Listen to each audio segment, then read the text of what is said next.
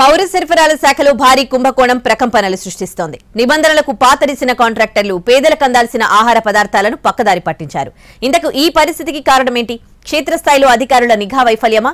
పై స్థాయిలో జరిగిన వ్యవహారాలు పేద ప్రజలకు నాణ్యమైన ఆహారాన్ని అందకుండా చేశాయా? ఏపీలో నూతన ప్రభుత్వం ఏర్పడిన వెంటనే పౌర సరఫరాల శాఖలో జరిగిన భారీ కుంభకోణం వెలుగు చూసింది. గత ప్రభుత్వ హయాంలో ఇంటింటికి అందాల్సిన ఆహార పదార్థాల్లో భారీ అవకతవకలు జరిగినట్టు ఆ శాఖ మంత్రి నాదెండ్ల మనోహర్ గుర్తించారు. తెనాలిలో స్టాక్ పాయింట్లకు వెళ్లి వెరిఫికేషన్ చేసిన మంత్రి ప్రతి చోట నాణ్యతలోనూ తూకాల్లోనూ భారీ తేడాలు ఉన్నట్లు గమనించారు.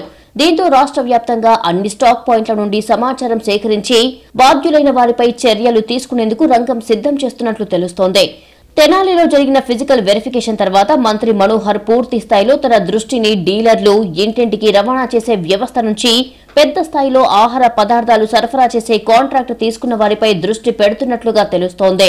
వాస్తవానికి ప్రతి ఇంటికి అందాల్సిన బియ్యం, ఇతరత్ర ఆహార పదార్థాలలో 20% ఆహార పదార్థాలు తక్కువగా అందుతున్నట్లు గుర్తించారు మంత్రి మనోహర్. తూకం నుంచి స్టాక్ పాయింట్ కు చేరే క్వింటా బియ్యం బస్తా వరకు ప్రతి చోట ఏదో ఒక రూపంలో కొలతలు తగ్గుతూనే ఉన్నాయని, తోనికలు సరిగ్గా లేకపోయినా అదే సరిపోతుందని ప్రజలకు అంటగడుతున్నారని విషయాలను గ్రహించారు.